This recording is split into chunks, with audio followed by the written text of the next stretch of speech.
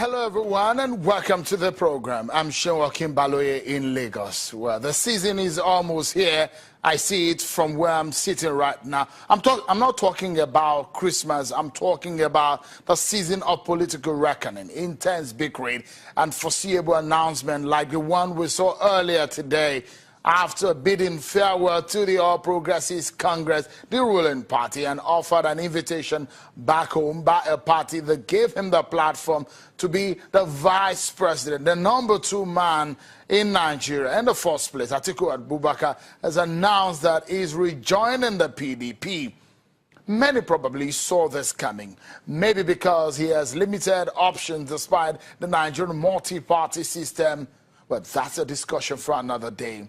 Atiku Abubakar officially made the announcement to rejoin the PDP on a Facebook live broadcast today.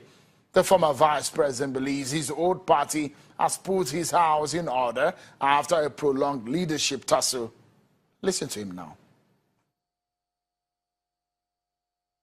Some of you may know that I was elected vice president under the banner of the PDP, which is the political party I had helped to found some 10 years before.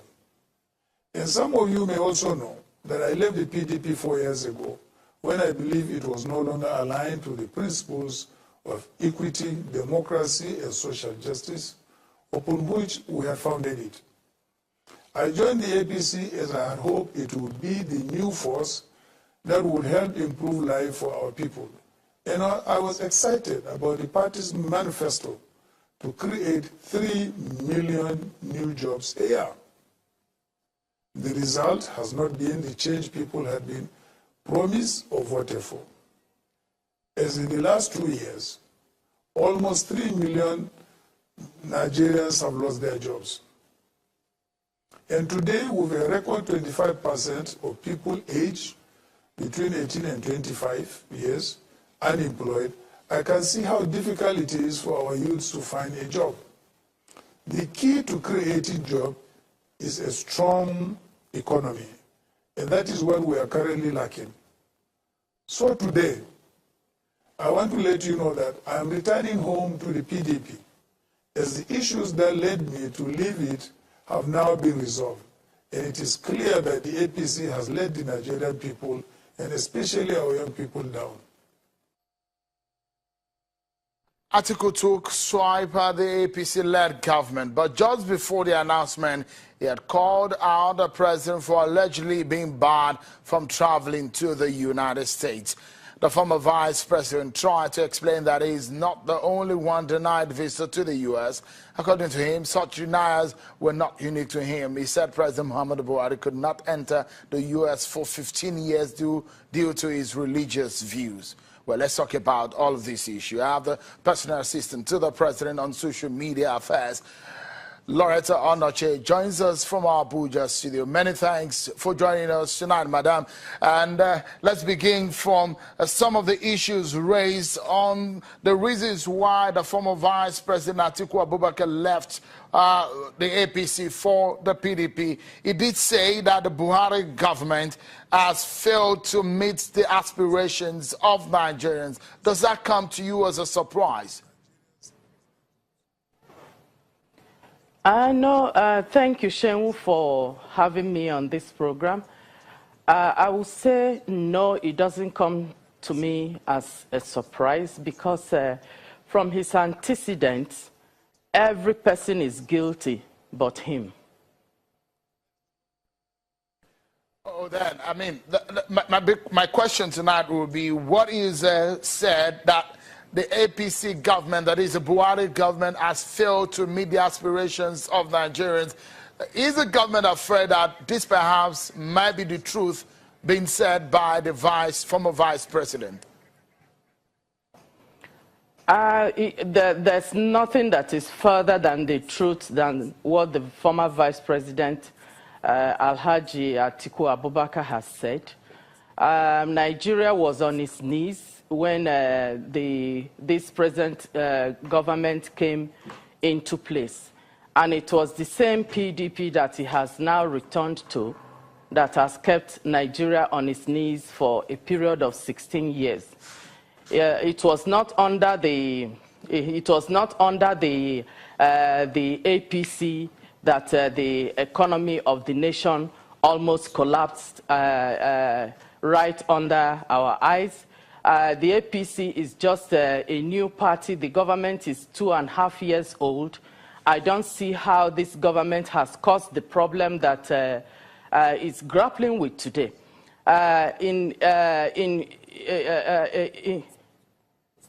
The truth is that what this government has done is to try, and they are trying really very hard to clean the mess that the PDP has made over the last 16 years. They allowed the insurgency in the north to fester, and they gained from it. Billions of naira was looted in the name of buying arms, to safeguard the lives in the northeast. But that every Nigerian now know that they did not do anything in the southeast. What they did was they looted the funds and allowed villages to be sacked. They allowed innocent men and women to be driven out of their villages. A few weeks ago, or is it a few days ago, 2 young children that have not seen their mothers for 7 years were reunited under this government. As we speak, there is no inch of this country that is still under the occupation of the Boko Haram as it was under PDP. And this government, all it has done since it has come on board is to clean the mess and try to pull us out of the mess that the PDP has put us in. The diversification of the economy under PDP, this nation made so much money. There was oil boom, but they just wasted the whole. They wasted the whole amount of money that was realized from the sales of oil. It did not occur to them that such amount of money could have been used to diversify the economy, improving the infrastructures so that jobs could be created. It's under PDP that hundreds of thousands of people were scammed in a bid to be given jobs, at stadia across the nation. What this government has done is to work on the diversification of the economy, and it's working because we are now out of recession. A lot of our young people are getting into agriculture. Many of them are gaining skills that they could not even gain while in the university. They're under PDP. Our universities produced young people with no life skills. They have no independent living Madam skills. Onochie, They have no employability skills, and that is what the N Power is now providing for our young people. All right. So,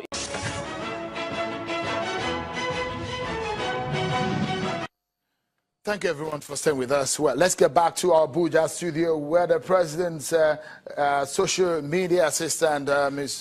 Lauretta Onochie, has been talking to us on the issues raised by the former Vice President Atiku Abubakar, who announced his movement to the PDP tonight. Earlier today. A lot of people will say they're not surprised as that. But let me come to you with this one. I'm very sure that you've heard it. He has been quoted to say that the president has been barred from entering the United States for 15 years. How true is that? Shehu, that is absolute bunkum. It is utter balderdash. It appears that only Alhaji Atiku Abubakar has heard of that ban. And a press release was made yesterday. So I'm just going to leave it at that. I think he needs to substantiate his claims. It did say also, and it was quoted as saying that in 2019, if he has the opportunity to run in the 2019 presidential race with President Muhammadu Buhari, he will beat him. And he said this, and I quote him, he said, the President Buhari has lost his goodwill, end of quote. I think Alhaji Abubakar Atiku has lost touch with reality. I think he needs to check again. President Buhari is not competing with him at the moment. What he's trying to do is to pull President Buhari out of the good work he's doing and to come to wallow in the mud with him. President Buhari is very busy trying to repair the damage that PDP did for 16 years to this nation. He is busy with the job of governance and trying to ease the pains that Nigerians have been passing over the past 16 to 17 years. So the president also knows that the ban on politics has not been lifted. So he's not going to come out to wallow in the mud of Before I allow you go, everybody knows the weight of Atiku Abubakar in Nigeria's politics. Do you think that it will be the biggest nightmare for the APC and perhaps the Buhari government come 2019? Absolutely not. Absolutely not. He may have had that weight some years ago, but over the years he's been losing that weight. And at the moment, I can tell you that even his local government area in his native Adamawa, that he can't even win any election in that area. All right. So where is the weight? This is perhaps where we anchor. This is perhaps where we anchor is on the fact that there are also talks in your party that he was frustrated, and perhaps a contract to a company he owns was perhaps being frustrated because of political reason. And one of the reasons why perhaps he left the APC. Is the president also worried about this kind of actions? The president is not perturbed at all.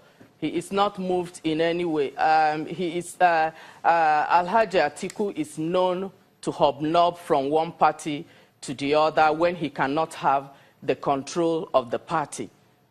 In APC, it's a teamwork. It's not how it is done. But even he, when he resigned from PDP so many years ago, he gave the same reasons he gave so many years ago. That's what he has given again for leaving APC. So I must allow you to go, Madam Onochie, tonight. It's about him.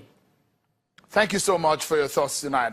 Lauretta Onochie is a special assistant to the president on social media. Well, you may say it is too early to call. When Nigerians go to the polls in 2019, they will probably be looking out for two major names. That prediction may not be foolproof yet because 2019 is many months away from now. But certain political activities are making it quite evident or obvious. Still in that line of thought, some analysts believe Nigerians may be faced with very tough choices in 2019. Who's that thought?